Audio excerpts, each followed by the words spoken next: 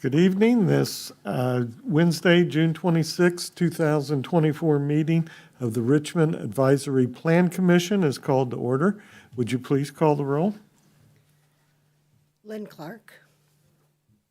Michael Devine. Here. Matt Evans. Here. Joe Price. Here. Justin Scheiben. Here. Greg Steens. Rob Tidrow. Gary Turner. Here. Tiana Washington. Here. Bruce Whistle. Here. We do have 7 members present, which is enough for a quorum, and we are able to conduct business. Members should have received the minutes of the May 22nd meeting in their packets.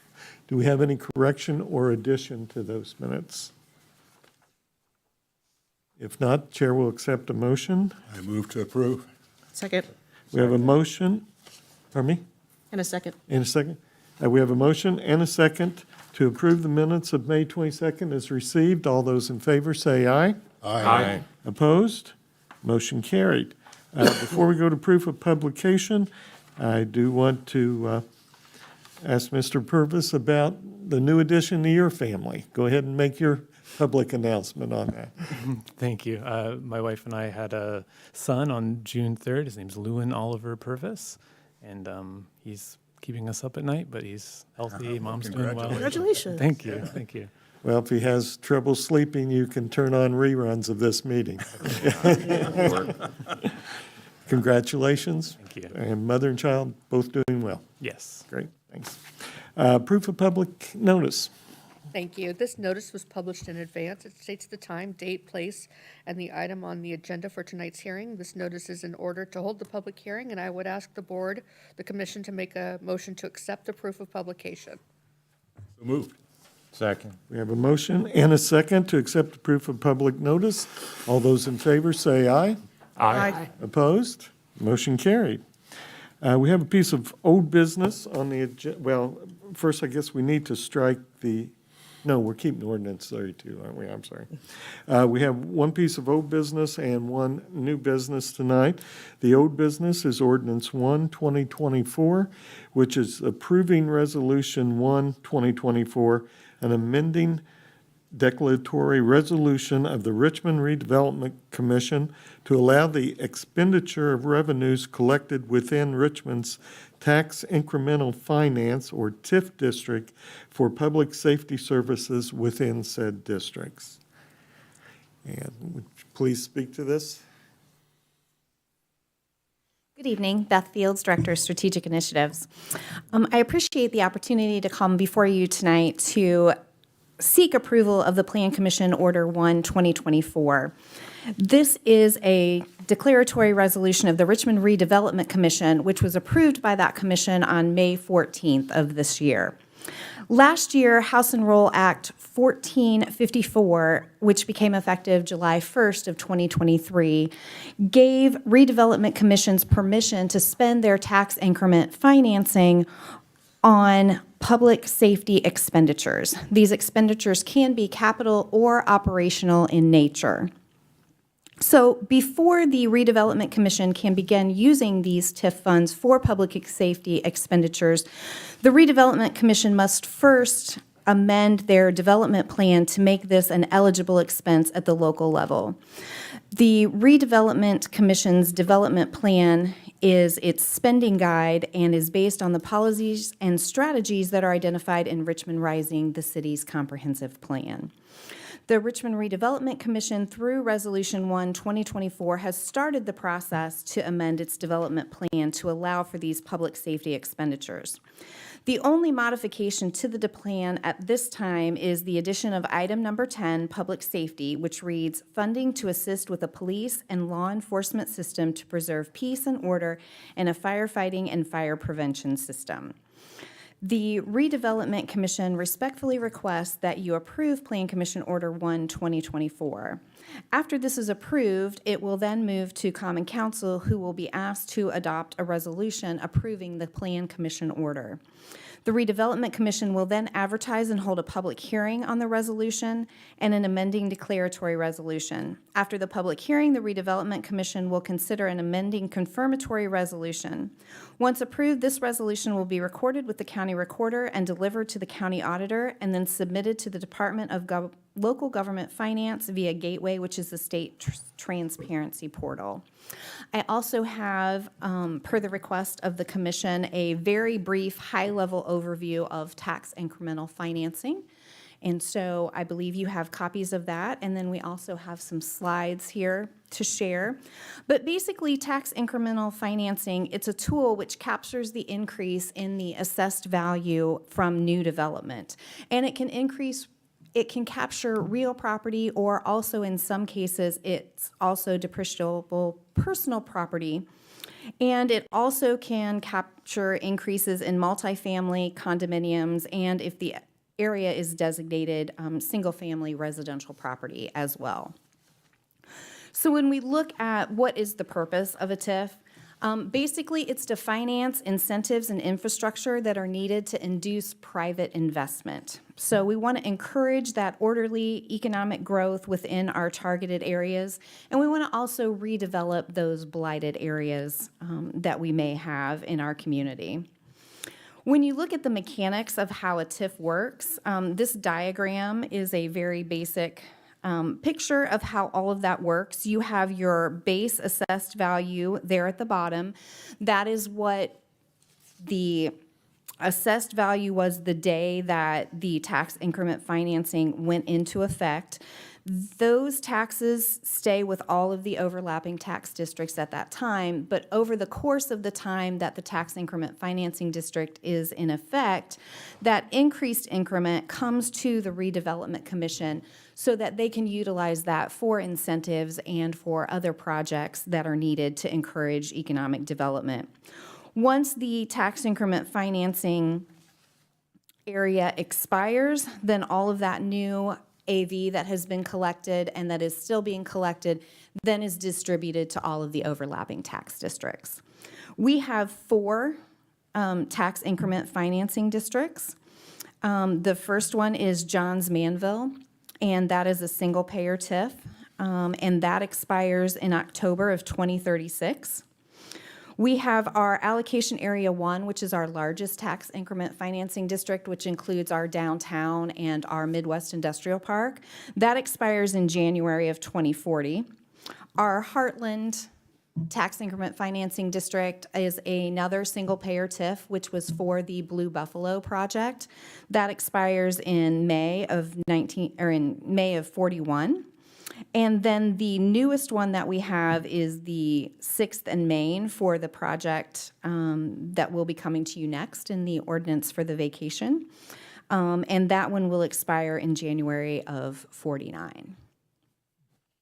So the last slide just lists some of those permitted uses for the tax increment financing district. It needs to be a project that is directly serving or benefiting the designated redevelopment area.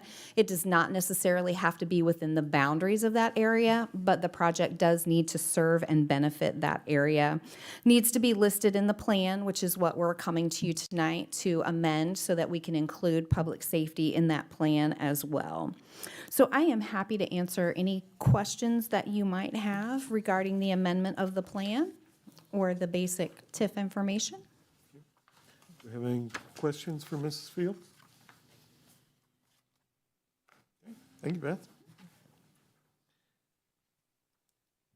See, it's a resolution, so there will not be any public discussion on it.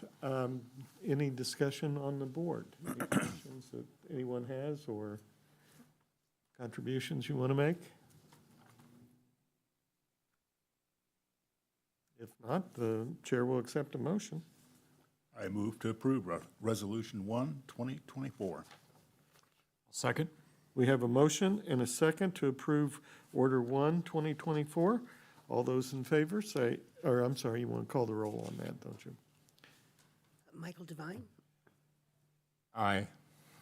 Matt Evans, Aye. Joe Price, Aye. Justin Scheiben, Aye. Gary Turner, Aye. Tiana Washington, Aye. Bruce Whissel. Aye. So it does pass 7-0. Thank you. Now we move on to new business. We have one item, ordinance 32, 2024, is the petition of the City of Richmond requesting to vacate a portion of a dedicated public way or street known as South Service Drive, located south of 601 East Main Street, parcel ID 891805220405000030, and north of 0 South 6th Street, parcel ID 891805220406000030, and 34 South 7th Street, parcel ID 891805220411000030. Ms. Fields. Ordinance 32, 2024 will vacate the portion of the dedicated public way known as South Service Drive as described by Commissioner Whistle. And this vacation is needed for the development of 6th and Main, which is a $44 million, 150-unit market rate apartment complex. This is being built on the parcels where the former Elder Beerman department store and the two city parking lot parcels to the south of the building exist today. This vacated public way will be merged with these other lots into a single parcel for the project. This project is being developed by Flaherty and Collins, who are working with American Structure Point on the building design. Schematic designs of the project are expected to be completed in late August of this year, with construction of the project beginning in 2025. We have had conversations with Three Rivers Federal Credit Union, which is the only adjacent property owner that is not the City of Richmond, regarding this project. They are in support, and you do have a letter in your packet with them expressing the fact that they are agreeing to forego any portion of the vacated land that they would have been entitled to had they not done that. And I am happy to answer any questions that you might have. Questions for Mrs. Field? Thank you, Beth. Okay, ordinance 32, 2024 is on public hearing. Is there anyone in the audience wishing to speak on this ordinance? If not, public hearing is closed, and we will go to the staff report. Thank you, President Whistle. Ordinance 32 is a petition of the City of Richmond as the adjacent owner of a public way that's located south of 601 East Main Street and north of 0 South 6th Street and 34 South 7th Street, requesting a vacation of a portion of a dedicated public right-of-way known as South Service Drive. Current use is public street, and the tract size is approximately 0.153 acres. Adjacent zoning in all directions is central business. Adjacent land use to the north is commercial, which is vacant, the former Elder Beerman building. To the south is a parking lot and commercial savings and loan. To the east is a parking garage, and to the west is parking lot and commercial full-service bank. The proposed vacation of right-of-way would result in the acquisition of the vacated portion of South Service Drive located between South 6th and South 7th Streets by the adjacent parcel to the north. Ultimately, the parcel acquiring the vacated way will be merged with the two adjacent properties along South 6th Street as part of the redevelopment of the former Elder Beerman site. Three Rivers Federal Credit Union is the adjacent property owner to the southeast of the right-of-way and has agreed to forego any portion of the vacated land in which they would otherwise be entitled. On June 12, 2024, 17 adjacent property owners were notified about the petition by mail. We didn't receive any responses. On June 13th, the public hearing was advertised in Western Wayne News, and on June 13th, a sign was placed next to the right-of-way notifying passersby of the June 26th public hearing. Planning staff consulted with all city departments and utilities to determine any objections based on public health and safety. No safety objections were raised. Staff recommends approving the vacation of South Service Drive between South 6th and South 7th Streets as platted in John Smith's original town plat and Caleb Bond's addition, based on the following criteria. Number one, the extent to which the vacation would hinder the growth and orderly development of the community in which it is located or contiguous to. The The proposed vacation is directly related to the growth and orderly development of the contiguous downtown area, as the vacation will allow the 3 adjacent lots to merge into a single parcel for the future 150-unit market rate apartment development. Number 2, the vacation would not make access to lands owned by others by means of a public way difficult or inconvenient, because East Main Street and South 8th Street currently serve as the primary means of connectivity between South 6th and South 7th Streets, which will remain unchanged. Based on the current design concept for the Elder Bierman property, the vacated right-of-way would provide residents of the proposed apartments with access to the development's private parking lot from South 7th Street. Number 3, the vacation would not hinder the public's access to a church, school, or other public building or place, because as noted in criterion number 2, the right-of-way under consideration is not a primary thoroughfare for vehicles or pedestrians navigating the downtown area, and its vacation will not reduce access to public amenities. And number 4, the vacation would not hinder the use of public ways by the neighborhood in which it is located or to which it is contiguous, because as stated in prior criteria, the right-of-way under consideration does not function as a primary point of connectivity for travelers or nearby residents. There are no written commitments, and I'd be happy to address any questions you all may have. Any questions for Mr. Purvis? Thank you, Mr. Purvis. Okay, discussion. A lot to talk about. Okay. Seems pretty simple to me. I'm not sure why I got bounced out from council, but all right. Okay, thank you. Nice to have some discussion then. If there's no question, we will accept a motion.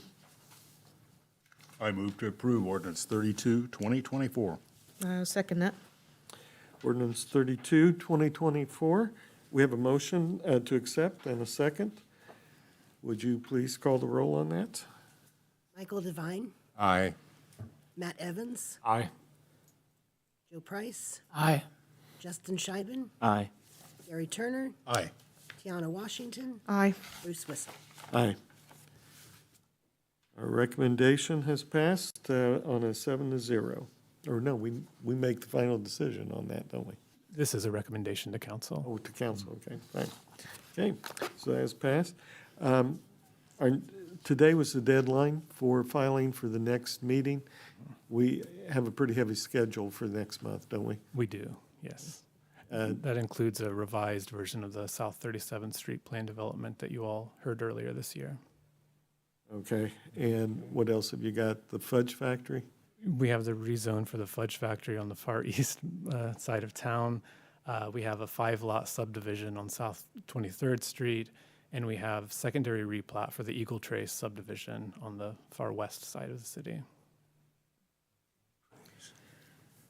Okay, what's your recommendation on that? Do you want to do that in one evening, or? I would. Oh, we do have to.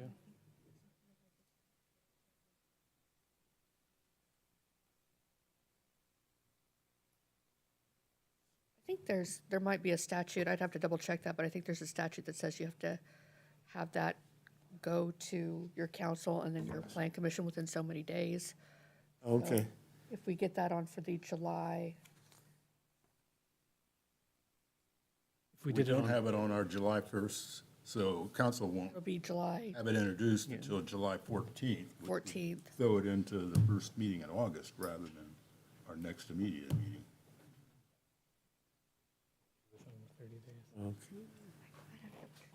okay. Well, Statute, yeah. well, I was talking about maybe doing a Wednesday and then a Thursday. Well, the way this is gonna work out, I think we can do we can probably have Eagle Trace because it's a secondary, and we can certainly have the rezoning at our next immediate meeting. And then pick up 37th Street, first meeting in August. Okay. I think 37th Street is on a strict timeline. I think that Well, then And Beth might be able to They speak should to have that gotten better. on the council's agenda for this next Monday night. It's not too late to amend Council agenda? council agenda. As president, I authorize an amendment, so have it amended tomorrow, and that way we can hear it. Okay, I'm thinking the 37th Street project's going to take quite a while. It will, yeah. And I I don't know about the fudge factory there. There's been some discussion, different ways on that. I wouldn't anticipate that one being too controversial or bringing in too much of a crowd, but Okay. it's hard to say for The sure. the Eagle Trace, you're right, that's just a yes or no on that. We can't make any amendments Right, or, that's right. there's no discussion unless it hasn't followed the Original. decisions Yeah. made in the first one. And that will not be a public hearing either. The Eagle Trace. Yeah. Yeah. So you want to go for it in one evening? Is that, what's the pleasure of the board there? It'd be, I think it'd be, suspect that 37th Street's going to take at least a couple hours. I would just think for so that too. alone. I mean, we could do the same thing where if we need to, we can impose time limits on any speakers. We need to, You won't have to. believe me. Absolutely, it'll still go for 2 hours. Yeah, so we're probably looking at a 3-hour plus night, I would guess. I've been here as late as midnight, so.